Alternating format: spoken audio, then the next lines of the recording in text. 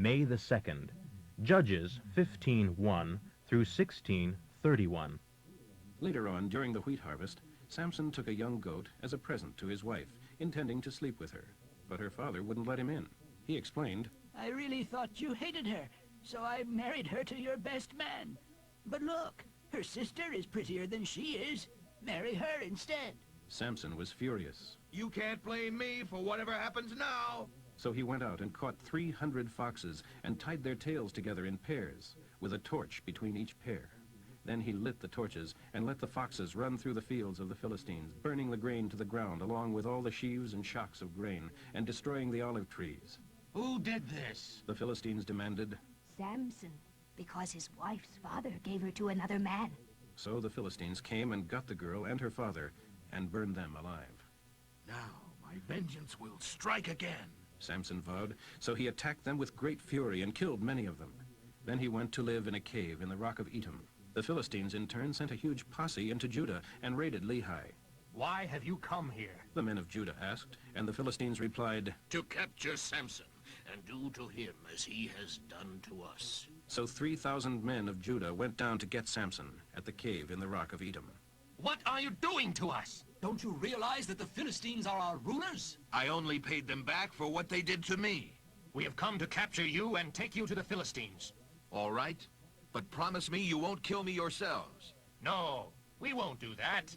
So they tied him with 2 new ropes and led him away. As Samson and his captors arrived at Lehi, the Philistines shouted with glee. But then the strength of the Lord came upon Samson, and the ropes with which he was tied snapped like thread and fell from his wrists. Then he picked up a donkey's jawbone that was lying on the ground and killed 1,000 Philistines with it. Tossing away the jawbone, he remarked, Heaps upon heaps, all with a donkey's jaw. I've killed 1,000 men, all with a donkey's jaw. This place has been called Jawbone Hill ever since. But now he was very thirsty, and he prayed to the Lord and said, You have given Israel such a wonderful deliverance through me today. Must I now die of thirst and fall to the mercy of these heathen? So the Lord caused water to gush out from a hollow in the ground, and Samson's spirit was revived as he drank. Then he named the place the Spring of the Man Who Prayed, and the spring is still there today.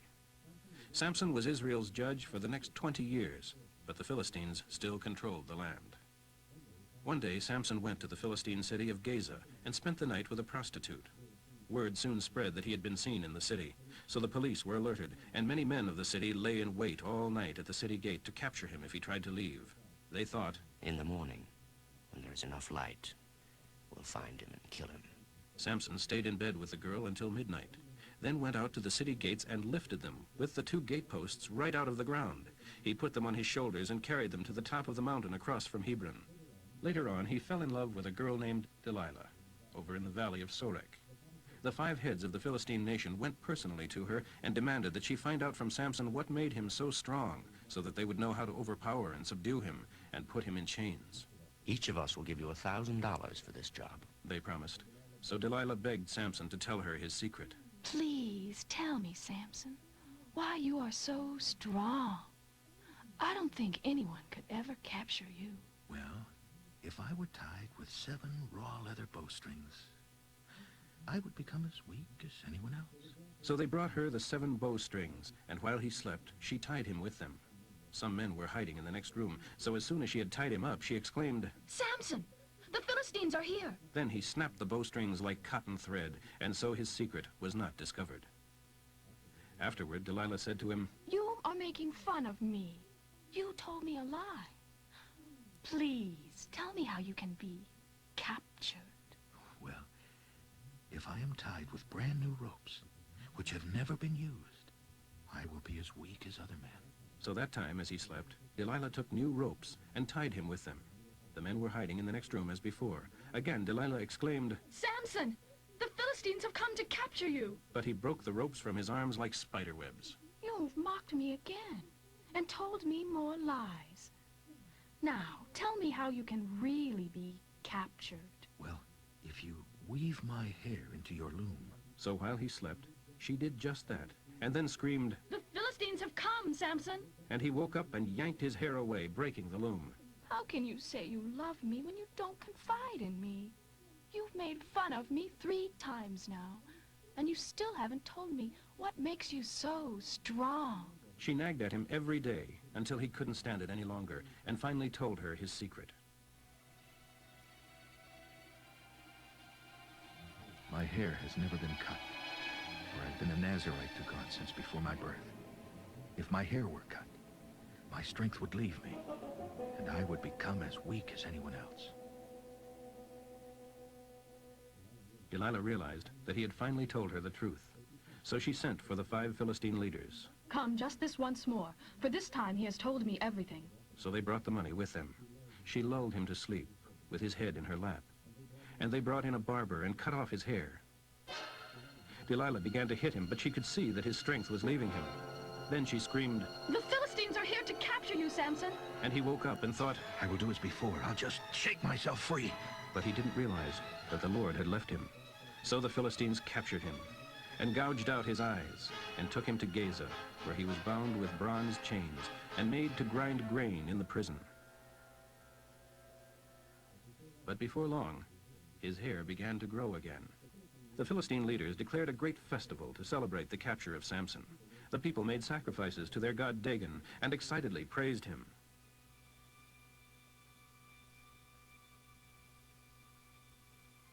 Our God has delivered our enemy Samson to us. They gloated as they saw him there in chains.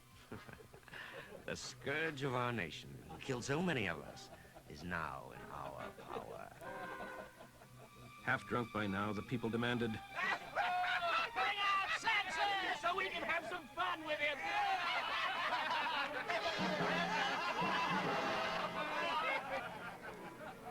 So he was brought from the prison and made to stand at the center of the temple, between the 2 pillars supporting the roof. Samson said to the boy who was leading him by the hand, Place my hands against the 2 pillars. I want to rest against them. By then, the temple was completely filled with people. The 5 Philistine leaders were there, as well as 3,000 people in the balconies who were watching Samson and making fun of him. Then Samson prayed to the Lord and said, O Lord Jehovah, remember me again. Please strengthen me one more time, so that I may pay back the Philistines for the loss of at least one of my eyes. Then Samson pushed against the pillars with all his might, Let me die with the Philistines! and the temple crashed down upon the Philistine leaders and all the people.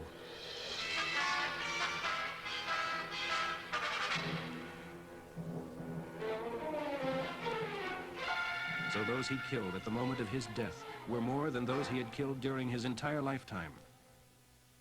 Later, his brothers and other relatives came down to get his body, and they brought him back home and buried him between Zorah and Eshtaol, where his father Manoah was buried. He had judged Israel for 20 years. John 2, 1 through 25. 2 days later, Jesus' mother was a guest at a wedding in the village of Cana in Galilee, and Jesus and his disciples were invited too.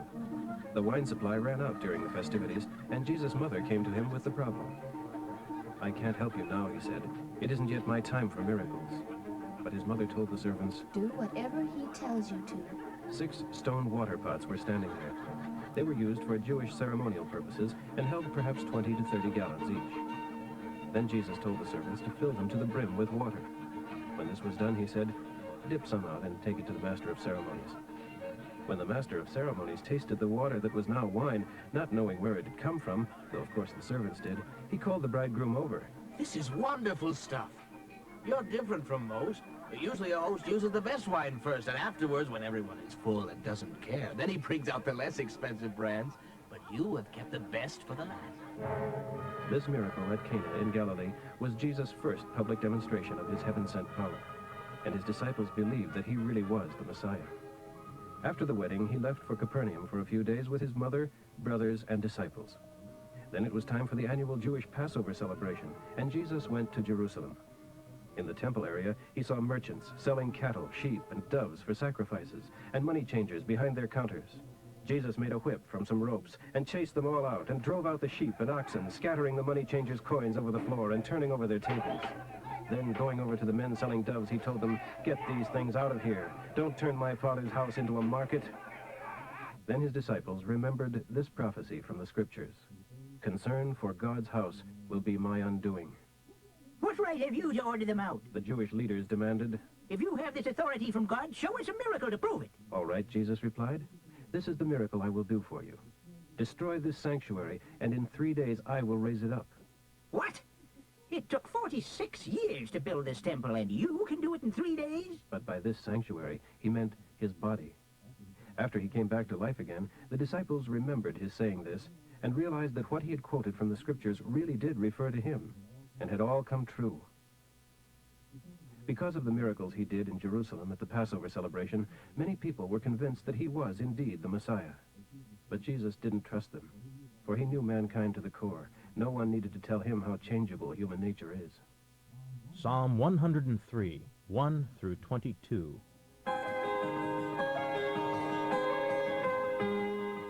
I bless the holy name of God with all my heart. Yes, I will bless the Lord and not forget the glorious things he does for me. He forgives all my sins. He heals me. He ransoms me from hell. He surrounds me with loving kindness and tender mercies. He fills my life with good things. My youth is renewed like the eagle's. He gives justice to all who are treated unfairly. He revealed his will and nature to Moses and the people of Israel.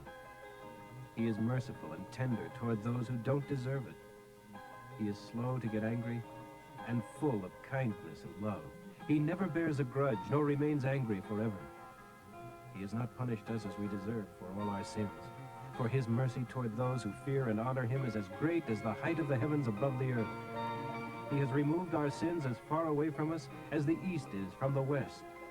He is like a father to us, tender and sympathetic to those who reverence him. For he knows we are but dust, and that our days are few and brief, like grass, like flowers blown by the wind and gone forever. But the loving kindness of the Lord is from everlasting to those who reverence him. His salvation is to children's children of those who are faithful to his covenant and remember to obey him. The Lord has made the heavens his throne. From there he rules over everything there is. Bless the Lord, you mighty angels of his, who carry out his orders, listening for each of his commands. Yes, bless the Lord, you armies of his angels, who serve him constantly. Let everything, everywhere, bless the Lord, and how I bless him too.